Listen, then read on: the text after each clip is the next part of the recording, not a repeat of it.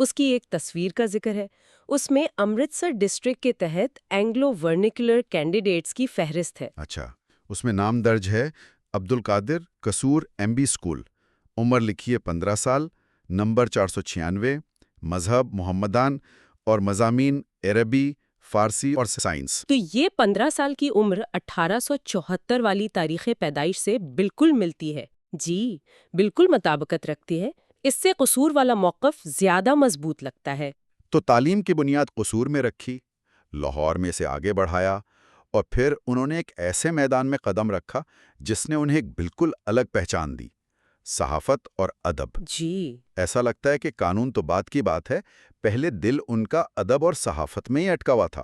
در حقیقت قانون کی تعلیم کے لیے لندن تو وہ بعد میں گئے، صحافت میں تو پہلے ہی کافی نام کما چکے تھے۔ 1895 سے 1904 تک وہ دی آبزرور کے ایڈیٹر رہے۔ دی آبزرور، یہ انگریزی اخبار تھا؟ جی، انگریزی میں شائع ہوتا تھا اور اس وقت مسلمانوں کا ایک اہم اخبار سمجھا جاتا تھا۔ سماجی اور تعلیمی اصلاحات پر اس کا کافی زور تھا۔ لیکن اصل دھماکہ، یا کہیں کہ ایک بڑا سنگ میل، تو 1901 میں آیا جب انہوں نے اردو رسالہ مخزن شروع کیا۔ بلا شبہ مخزن کا اجراء ایک بہت بڑا واقعہ تھا۔ یہ صرف ایک رسالہ نہیں تھا، یہ اردو ادب میں ایک نئے دور کا آغاز تھا۔ اس کی اتنی اہمیت کیوں تھی؟ مطلب کیا خاص بات تھی مخزن میں؟ دیکھیں، مخزن صرف ایک پلیٹ فارم نہیں تھا، یہ ایک نرسری کی طرح تھا جہاں سے اردو ادب کے کئی بڑے ناموں نے اپنی پہچان بنائی۔ اچھا۔ اس نے نہ صرف اس وقت کے جو بڑے ادیب تھے انہیں جگہ دی، بلکہ لکھنے والوں کی ایک پوری نئی نسل تیار کی، ان کی تربیت کی۔ اور سب سے بڑا نام علامہ اقبال۔ بالکل، ذرائع یہی بتاتے ہیں کہ اقبال کی جو ابتدائی نظمیں تھیں، جو اس وقت کے روایت سے ذرا ہٹ کر تھیں، جی، انہیں شائع کرنے کی ہمت سب سے پہلے مخزن نے کی۔ سر عبدالقادر نے ان کے کلام کی جدت کو پہچانا؟ تو کیا یہ کہنا ٹھیک ہوگا کہ مخزن نے اقبال کی شاعری کے لیے ایک لیب، ایک تجربہ گاہ کا کام کیا؟ بالکل درست۔ یہ صرف تعارف نہیں تھا، یہ ایک ایسا پلیٹ فارم تھا جہاں اقبال اپنے نئے انداز کو آزما سکتے تھے، اور اسی نے جدید اردو نظم کی بنیاد رکھنے میں مدد دی۔ یہ تو سر عبدالقادر کی ادبی بصیرت تھی کہ انہوں نے اقبال جیسے جوہر کو پہچان لیا۔ یقیناً، اور صرف اقبال ہی نہیں، ابوالکلام آزاد کی جو ابتدائی نثری تحریریں ہیں وہ بھی مخزن میں ہی شائع ہوئیں۔ اچھا۔ اسی لیے بعض نقاد کہتے ہیں کہ مسلمانوں کی فکر پر اثرات کے حوالے سے مخزن کا درجہ سر سید کے تہذیب الاخلاق کے بعد آتا ہے۔ یہ تو بہت بڑا مقام ہے، اور سر عبدالقادر خود بھی تو صرف مدیر نہیں تھے، وہ خود بھی صاحب علم تھے۔ جی ہاں، وہ ہندوستانی ادب کے ساتھ ساتھ مغربی ادب پر بھی گہری نظر رکھتے تھے۔ اکثر مخزن میں غیر ملکی ادیبوں اور کتابوں پر بھی لکھتے تھے۔ ان کی اپنی کتابیں بھی ہیں، جیسے the new school of Urdu literature, یہ انگریزی میں تھی۔ جی، اور famous Urdu poets and writers بھی یہ ان کی علمی گہرائی کا ثبوت ہیں۔ تو ادب اور صحافت میں اتنی کامیابی کے بعد انہوں نے پھر ایک نیا رخ اختیار کیا، قانون کی طرف گئے۔ جی، 1904 میں وہ لندن چلے گئے قانون کی اعلیٰ تعلیم کے لیے، اور 1907 میں لنکنز ان سے بیرسٹر ایٹ لا بن کر واپس آئے۔ یعنی بیرسٹری مکمل کی۔ یہ جو 3 سال لندن میں گزارے، اس کا بھی یقیناً ان کی سوچ پر گہرا اثر پڑا ہوگا۔ یقیناً پڑا ہوگا۔ وہاں انہیں نہ صرف قانون کی باریکیاں سیکھنے کا موقع ملا ہوگا، بلکہ جو اس وقت کا یورپ کا سیاسی اور سماجی ماحول تھا اسے قریب سے دیکھا ہوگا، دانشوروں سے ملاقاتیں ہوئی ہوں گی۔ اسی دور میں اقبال بھی تو وہیں تھے نا، ہے نا؟ یہ بالکل، یہ وہ زمانہ تھا جب اقبال بھی یورپ میں تھے۔ ان شخصیات کے آپس میں کیا تعلقات تھے، کیا فکری تبادلہ خیال ہوتا تھا، یہ بھی ایک الگ دلچسپ موضوع ہے۔ واپسی پر پھر انہوں نے وکالت شروع کی۔ جی، پہلے وکالت کی، پھر 1912 سے 1920 تک لائل پور، جو آج کل فیصل آباد ہے، وہاں پبلک پروسیکیوٹر رہے، یعنی سرکاری وکیل۔ اور پھر عدلیہ کی طرف آئے۔ جی، عدلیہ میں ان کا سفر شروع ہوا۔ وہ 2 بار پنجاب ہائی کورٹ کے جج مقرر ہوئے، ایک بار 1921 میں مختصر مدت کے لیے، اور پھر 1930 سے 1934 تک۔ اچھا۔ اور بعد میں 1940 سے 1943 تک وہ ریاست بہاولپور کے چیف جسٹس کے عہدے پر بھی رہے۔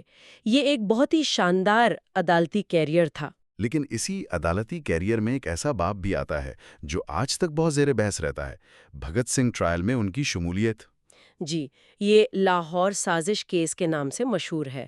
اسسٹنٹ سپرنٹینڈنٹ پولیس تھے مسٹر سانڈرز، ان کے قتل کا الزام تھا۔ بھگت سنگھ، سکھدیو، راج گرو اور کچھ دوسرے انقلابیوں پر مقدمہ چلانے کے لیے مئی 1930 میں ایک خصوصی ٹریبیونل بنایا گیا۔ مقصد یہ تھا کہ مقدمہ جلدی نمٹایا جائے۔ خصوصی ٹریبیونل عام عدالتوں میں کیوں نہیں؟ اس وقت سیاسی حالات بہت کشیدہ تھے۔ حکومت چاہتی تھی کہ یہ مقدمہ جلد از جلد اپنے انجام کو پہنچے۔ پہلا جو ٹریبیونل بنا تھا وہ تھوڑا متنازع ہو گیا۔ اچھا، کیوں؟ اس کے ایک رکن تھے جسٹس آغا حیدر۔ ان پر کچھ الزامات لگے کہ وہ غیر جانبداری قائم نہیں رکھ رہے، تو اس کے بعد جون 1930 میں ٹریبیونل دوبارہ تشکیل دیا گیا۔ اور سر عبد القادر اس دوسرے والے ٹریبیونل کا حصہ تھے؟ جی ہاں، جسٹس ہلٹن اس کے سربراہ تھے۔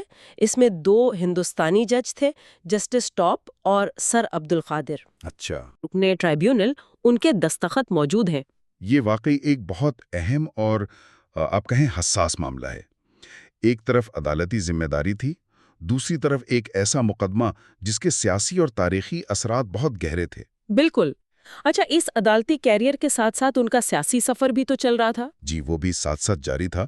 انہوں نے سیاست میں باقاعدہ قدم رکھا۔ 1924 میں پنجاب لیجسلیٹو کونسل کے رکن منتخب ہوئے۔ شروع میں ان کا تعلق یونینسٹ پارٹی سے تھا، ہے نا؟ جی، شروع میں یونینسٹ پارٹی سے وابستہ تھے، جو اس وقت پنجاب کی ایک بڑی پربھاوشالی جماعت تھی، خاص طور پر زمیندار طبقے کی۔ لیکن پھر راستہ بدلا، وہ مسلم لیگ میں آ گئے۔ جی، 1926 میں وہ مسلم لیگ میں شامل ہوئے اور پنجاب مسلم لیگ کے صدر بھی منتخب ہوئے۔ یہ ان کے سیاسی سفر میں ایک اہم موڑ تھا۔ اور اسی دوران 1925 میں وہ پنجاب لیجسلیٹو کونسل کے پہلے منتخب صدر بھی بنے تھے۔ جی، پریزیڈنٹ بنے تھے، اگرچہ بعد میں انہوں نے اس عہدے سے استعفیٰ دے دیا تھا۔ یہ جو ان کے سیاسی خیالات میں تبدیلی آئی، یونینسٹ سے مسلم لیگ تک، اس کی کیا وجہ سمجھ آتی ہے؟ ذرائع کیا کہتے ہیں؟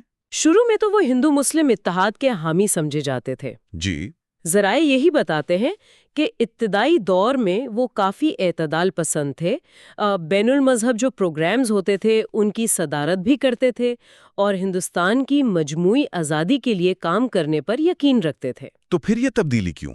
ایسا لگتا ہے کہ جیسے جیسے وقت گزرا، ہندوستان کے سیاسی حالات زیادہ پیچیدہ ہوتے گئے۔ خاص طور پر کانگریس اور مسلم لیگ کے درمیان جو اختلافات تھے وہ بڑھتے گئے۔ تو ان حالات کے پیش نظر ان کے خیالات میں بھی تبدیلی آئی۔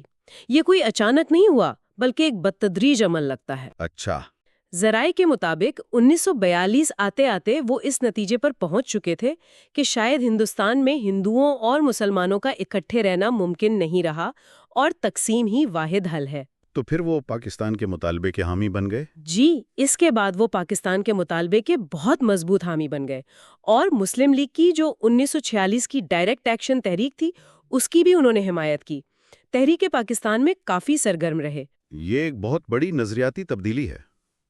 اچھا، اسی دوران وہ حکومتی عہدوں پر بھی فائز رہے؟ جی ہاں، 1925-26 میں وہ پنجاب حکومت میں وزیر تعلیم رہے۔ اچھا، پھر 1935 میں انہیں وائسرائے کی ایگزیکٹو کونسل یعنی جو گورنر جنرل کی کابینہ ہوتی تھی اس کا رکن مقرر کیا گیا۔ اور بین الاقوامی سطح پر بھی نمائندگی کی؟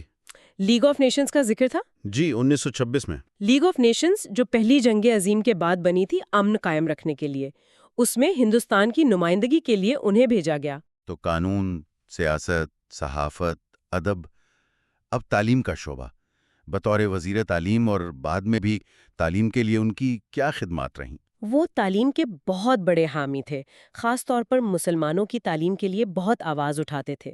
وہ سمجھتے تھے کہ مغربی تعلیم حاصل کرنا ضروری ہے، لیکن ساتھ ہی ابتدائی تعلیم پر بھی زور تھا۔ جی، مفت اور لازمی ابتدائی تعلیم کے بھی حامی تھے اور وہ چاہتے تھے کہ اس تعلیم میں قوم پرستانہ پہلو بھی شامل ہو۔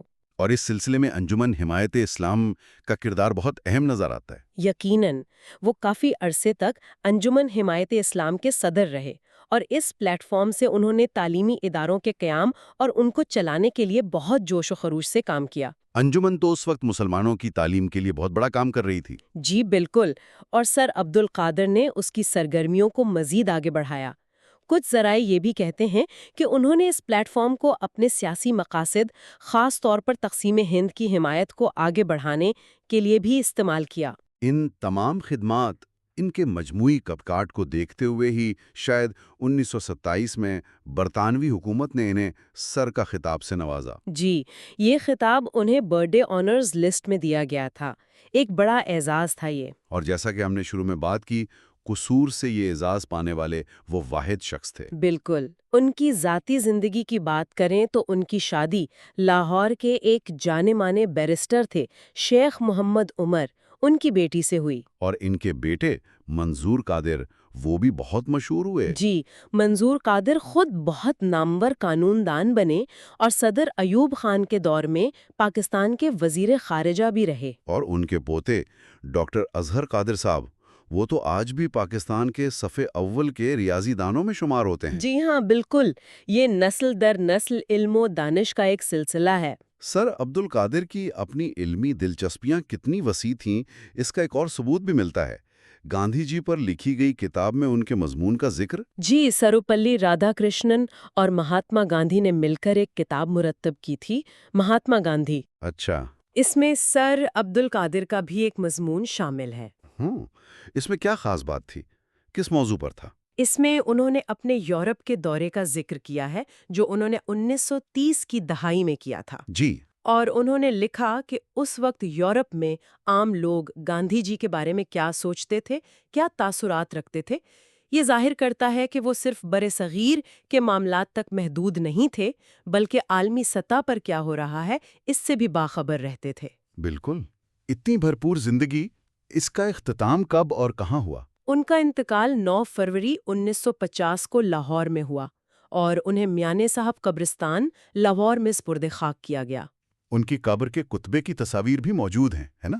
جی، وہ تصاویر دستیاب ہیں اور ان سے تاریخ وفات کی تصدیق بھی ہوتی ہے۔ تو اگر ہم اس پوری گفتگو کا خلاصہ کریں، سر عبد القادر کی شخصیت کو سمجھنے کی کوشش کریں، تو ایک کامیاب قانون دان، جج بنے، چیف جسٹس بنے، وہ ادب کو ایک نئی جہت دی اور اقبال کو متعارف کروایا۔ بالکل۔ پھر ایک سیاستدان جس نے پنجاب کی سیاست میں اہم کردار ادا کیا، یونینسٹ پارٹی سے مسلم لیگ تک کا سفر، اور تحریک پاکستان کے ایک اہم رہنما بنے۔ بھگت سنگھ ٹرائل جیسے تاریخی مقدمے کا حصہ رہے۔ جی، اور ایک ماہر تعلیم جنہوں نے انجمن حمایت اسلام کے پلیٹ فارم سے مسلمانوں کی تعلیم کے لیے بہت کام کیا۔ اور قصور کا وہ مان جسے برطانوی راج نے نائٹ ہوڈ یعنی سر کے خطاب سے نوازا۔ ان کی زندگی واقعی کئی رنگوں، کئی تبدیلیوں اور کامیابیوں کا ایک خوبصورت امتزاج ہے۔ در حقیقت، اور شاید یہاں ایک نقطہ ہے جس پر سوچا جا سکتا ہے۔ جی، سر عبد القادر کی زندگی کا جو سفر ہے، شروع میں اتحاد کی بات، پھر تقسیم کی حمایت، مشرقی روایات سے جڑے رہنا لیکن مغربی تعلیم کی وکالت کرنا، قانون کی دنیا میں رہنا مگر ادب کی اتنی بڑی خدمت کرنا۔ یہ سب چیزیں ہمیں یہ سوچنے پر مجبور کرتی ہیں کہ تاریخی شخصیات کتنی پیچیدہ ہو سکتی ہیں۔ ان کے خیالات، ان کے کردار وقت اور حالات کے ساتھ بدلتے ہیں۔ صحیح۔ تو کیا ایسی کثیر الجہت شخصیات جن میں یہ ارتقا نظر آتا ہے ہمیں اس بات سے نہیں روکتے کہ ہم تاریخ کو بس سادہ سیاہ اور سفید خانوں میں بانٹ دیں؟ بہت اہم نقطہ ہے۔ شاید یہ ہمیں تاریخ اور اس کے کرداروں کو زیادہ گہرائی سے، زیادہ ہمدردی سے سمجھنے کی دعوت دیتا ہے۔ آج ہم ایک ایسی